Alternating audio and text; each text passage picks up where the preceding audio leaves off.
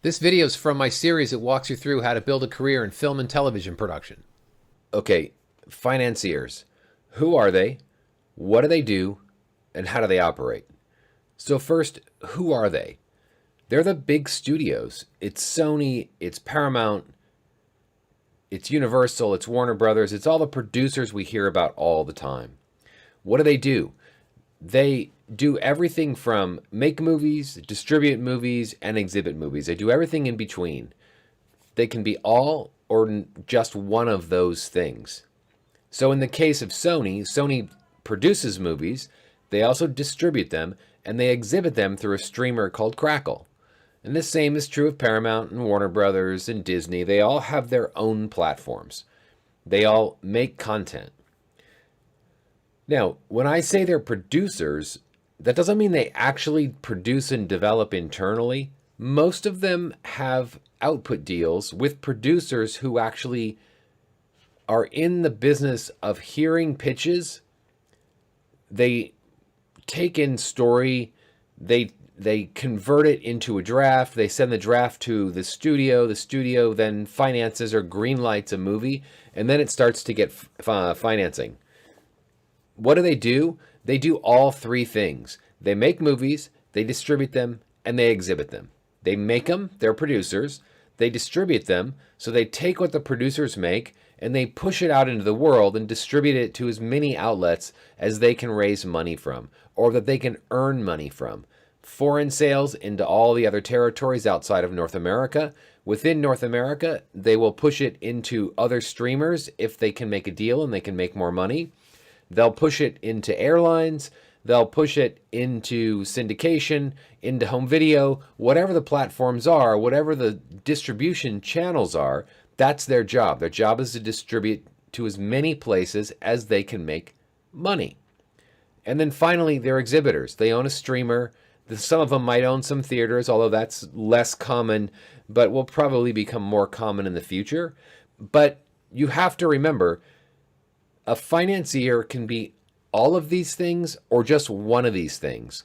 A financier is defined by the place or the source of capital being used to make whatever project you're working on.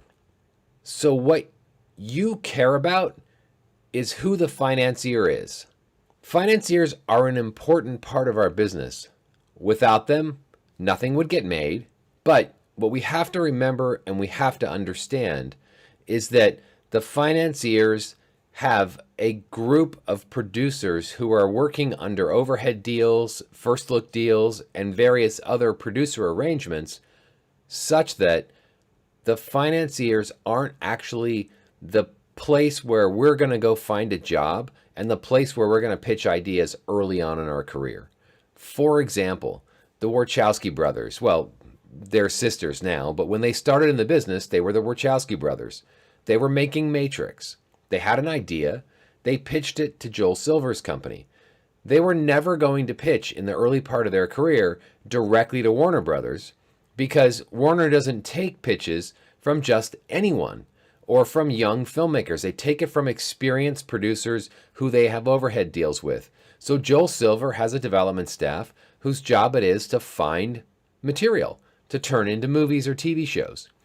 He read the draft, or someone on his staff read a draft, thought it was amazing, thought it was good, brought it into Warner's. Warner said, great. Ultimately, they said, let's greenlight the movie. They made the movie. Then Warner Brothers takes that movie and distributes it to all the exhibitors around the world. That is how the system works. What we care about and what we track here is who the financiers are so that we can understand where the money's coming from and what producers have money that's real. The producers who don't have real money are full of shit, and there are plenty of them, and we want to avoid them. We're looking for the producers that are connected to a distributor and are connected to a financier. Without a financier and a distributor, a producer is just another hack with an idea or just another hack trying to buy, in quotes, buy material so that they can then go sell it to a studio. So we will look at the financiers, we will understand how the financiers work, who they are, and what they do, But ultimately, we're not really going to be selling into them. We want to know who they are and we want to understand how they operate. But ultimately, we're looking to make a connection with a producer that has an overhead deal with a distributor or with a financier.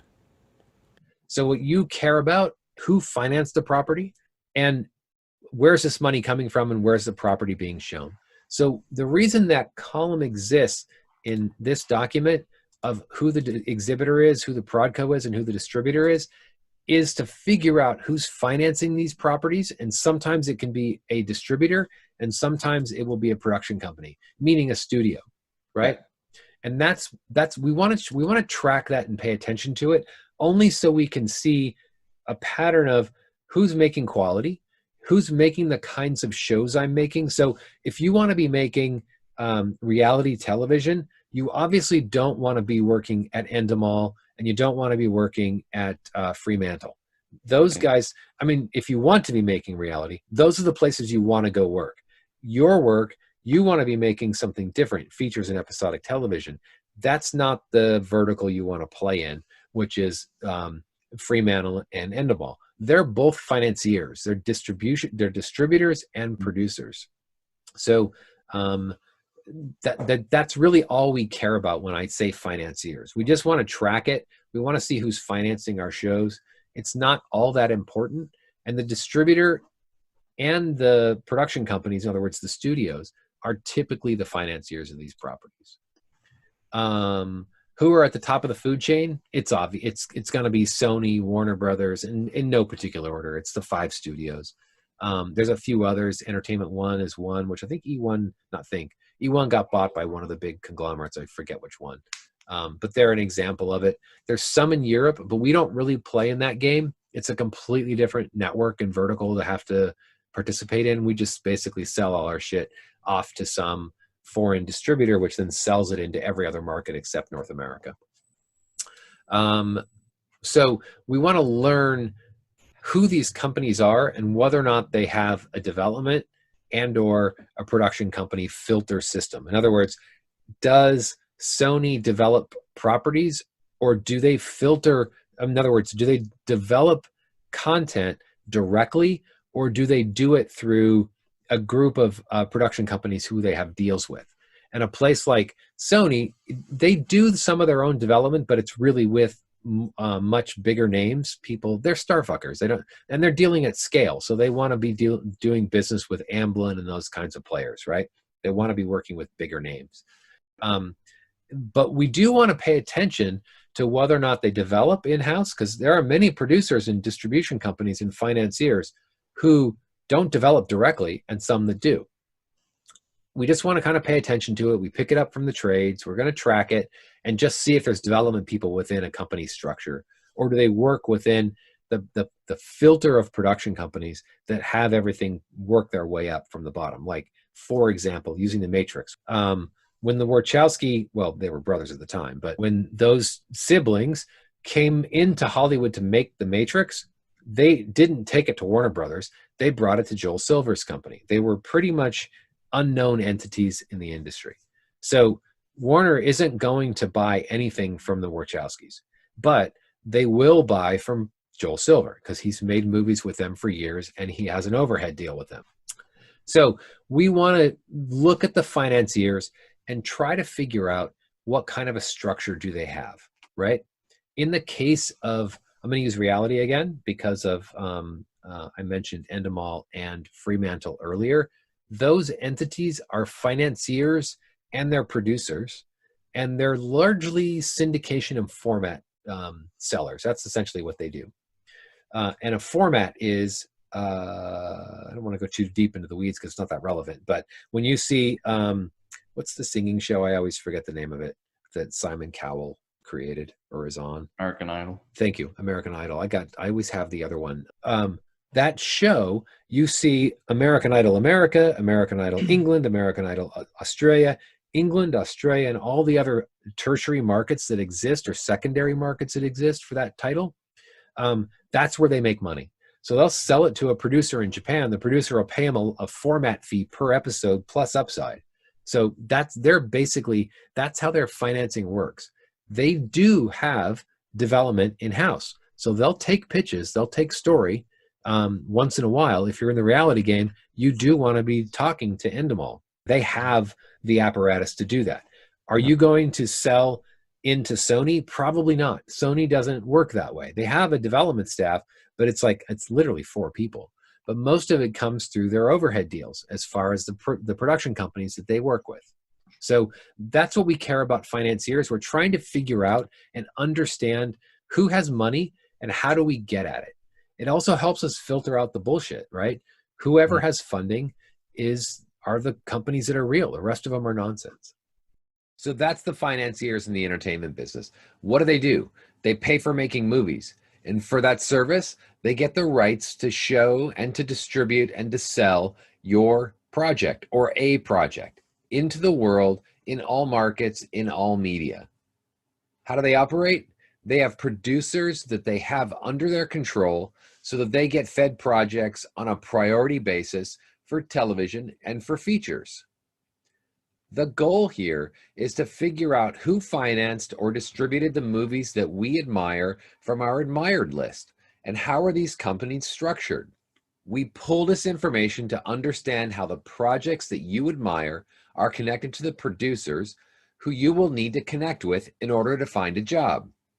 It is the producers that we will target, not the financiers, not the distributors. In other words, we're not going to Warner's, Universal, Sony, none of it. We will go to the producers that have overhead or first look or output deals with those financiers and those distributors. We also want to learn what producers have overhead or first look deals with a particular financier. Do they have vanity deals? And if they do, which one are vanity deals that actually produce, and which ones are just vanity deals that, show up, that have a shingle, that have an office somewhere on a lot? There's a distinction. We don't want to focus on getting a job with a vanity company that doesn't actually make movies or television. And we also want to figure out what producers have deals with what financiers. We track them to learn what producers have production funding and what shows are real and what are bullshit. If you're talking to a producer looking for a job on a project that doesn't have financing from a distributor, from a studio, from a network, a cable outlet, an OTT, a streamer, whatever, if you don't see some kind of financing of that sort connected to your prospect of a job, the likelihood is that it's total bullshit. That doesn't mean we just abandon it. It just means we put up our antenna and say, hey, this doesn't feel legit. Let's see where this goes. And we're going to take it to a logical conclusion. The logical conclusion is, I have a start date, I have a deal memo, I know how much money I'm getting paid, and I'm getting paid commensurate with the job I would be doing somewhere else in town. In other words, if I'm a set PA and I were working on a TV show for any one of the streamers, Amazon, Hulu, or Netflix, I should probably be getting paid with overtime at the end of the week, probably $1,000 to $1,100 a week. If I'm not getting paid that kind of money on a project that is independently financed or doesn't have a clear financing structure, I should be looking for other work if I have the opportunity. If I do not, we take the work we can get, we take the money we can get, and we just put it on our credit list because it fits in our vertical and we take the job. I wouldn't turn down work because it's not in the perfect vertical, because it doesn't fit with the perfect financier, but especially early on in your career. But at some point, you have to start choosing and being smart about what projects you're going to take and which projects you're going to pass on. And that's pretty much it for financiers.